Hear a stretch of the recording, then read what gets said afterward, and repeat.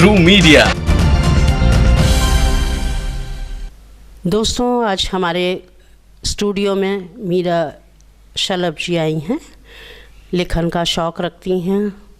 3 पुस्तकें प्रकाशित हो चुकी हैं, एक विचाराधीन है। इस समय 2 पुस्तकों में काव्य की रचना की है, कथा लिखी है तीसरी पुस्तक में। इसके अतिरिक्त स्वच्छंद लेखन करती हैं। संप्रति संस्था की उपाध्यक्ष हैं, युवा उत्कर्ष की संरक्षिका हैं, हिंदी साहित्य सम्मेलन की सदस्य हैं और गीत और गज़ल कथा सब कुछ लिखते हुए गीत मुख्य रूप से लिखती हैं। तो मीरा जी, आपका बहुत बहुत स्वागत है हमारे स्टूडियो में। नमस्कार। बहुत बहुत पुष्पा अभिनंदन जी, बहुत बहुत धन्यवाद। तो मीरा जी, प्रश्नों की शुरुआत करते हुए मैं ये जानना चाहती हूँ कि आपकी लेखन की शुरुआत कैसे हुई। ज़रा उन पलों को याद करते हुए हमें बताइए कि शुरुआत कैसे की आपने। देखिए, लेखन मेरे लिए अगर कहा जाए तो मुझे विरासत में मिला है जी। मेरी माँ बहुत अच्छा लिखती थी। घर में साहित्यिक वातावरण था, लाइब्रेरी थी उनकी, और मैंने आँख खोलते ही बड़े बड़े हिंदी के राइटर्स की, बंगला के लेखकों की और उनको गाते पढ़ते सुना।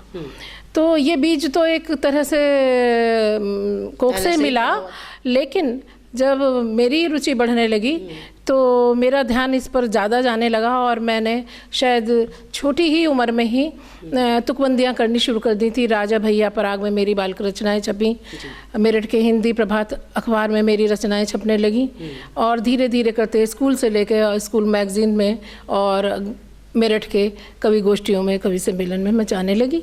इस तरह से मेरी शुरुआत हुई।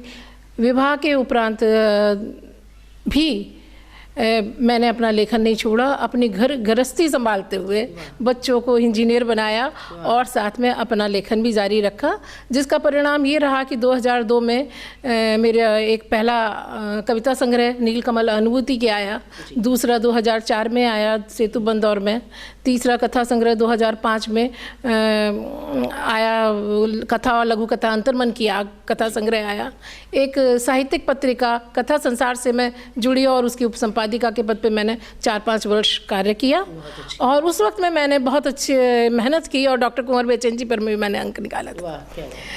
और वो कहिए कि वो मेरे गुरु भी हैं, मेरे काव्य गुरु हैं और मेरे हमारे परिवार के हैं।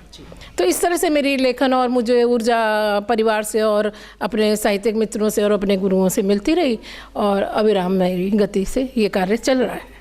बहुत अच्छी बात है। और इस समय एक बहुत नोटबंदी पर प्रश्न लोग उछालते रहते हैं, कुछ ना कुछ उस पर प्रतिक्रियाएं लोगों को मिलती रहती है। आप क्या कुछ कहना चाहेंगे? जी हाँ, मैं कहना चाहूँगी कि मोदी जी ने तो बहुत अच्छा सोचा और बहुत अच्छा विचार लाया और बहुत बड़ी क्रांति लाए हैं वो हमारे देश से, और पूरे विदेश तक में इस बात की चर्चा है।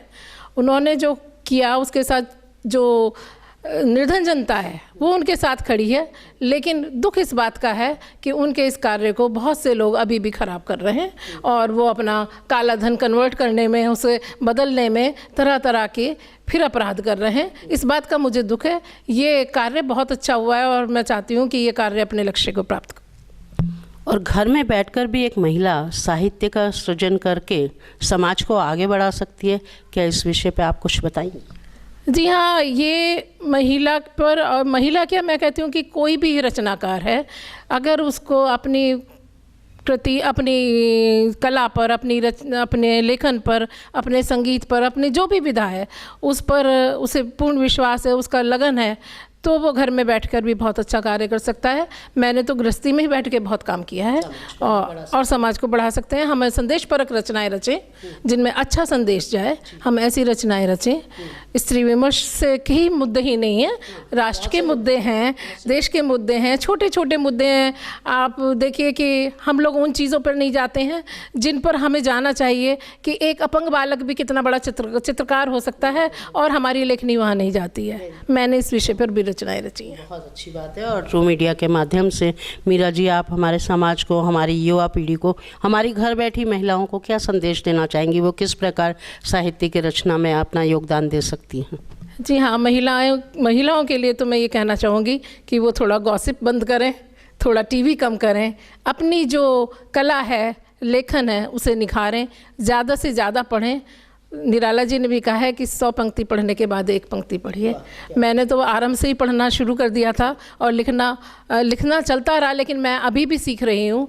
तो मैं ये चाहती हूँ कि जब तक रचनाकार के मन में ये रहेगा कि हम जो हैं अभी और तो वो और अच्छा लेखन कर सकता है, अपने समाज का सुधार कर सकता है अपने लेखन के माध्यम से, अपनी कथा कहानी कविता गीत गज़ल के माध्यम से। तो देखा दोस्तों, मीरा जी ने बताया कि व्यक्ति परिपक्व कभी नहीं होता, बल्कि उसे अभी और की आकांक्षा इच्छा होती रहनी चाहिए, जिससे कि वो आगे बढ़ सके। लेखन की प्रक्रिया उसकी निरंतर चालू रहनी चाहिए। उसके अतिरिक्त उन्होंने बताया कि एक स्त्री घर में बैठकर भी साहित्य को बहुत कुछ दे सकती है। तो मीरा जी, आपका हमारे स्टूडियो में आने पर बहुत बहुत धन्यवाद। आपके सुंदर विचारों से हम अवगत हुए, इसलिए बहुत बहुत आपका। मैं भी आभारी हूँ कि आप लोगों ने मुझे इतना समय दिया और मुझे यहाँ पर बुलाया, और बहुत बहुत आभारी। धन्यवाद।